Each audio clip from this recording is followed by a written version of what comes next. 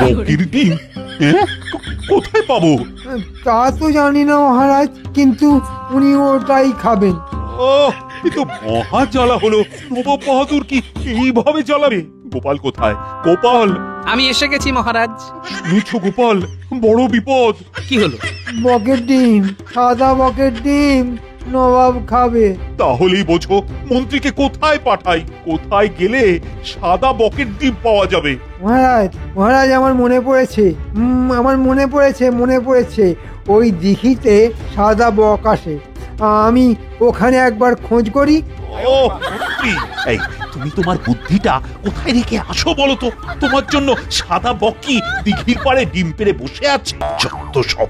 ও গোপাল, ও গোপাল, এখন কি উপায়? হাঁসের ডিম সেদ্ধ করে নবাবকে দিন, আর একটা সাদা ধবধবে হাঁস জোগাড় করে রাখুন। ও, বলো কি গোপাল? হাঁস? সাদা হাঁস কি আপনার বাবা রেখে গেছে? তোর বাবা রেখে গেছে সালা পাঠা। তারপর আমি বুঝে নেব। তাহলে কি করব? ওই ওই ওই গোপাল যা বললো, আর সাদা ধবধবে একটা হাঁস। আমার রাস্তা সাফ।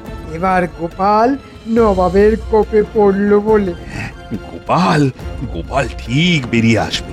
ওর বুদ্ধির উপর আমার ভীষণ আস্থা। দেখা যাক। বেশি ভাবা স্বাস্থ্যের পক্ষে ক্ষতিকারক।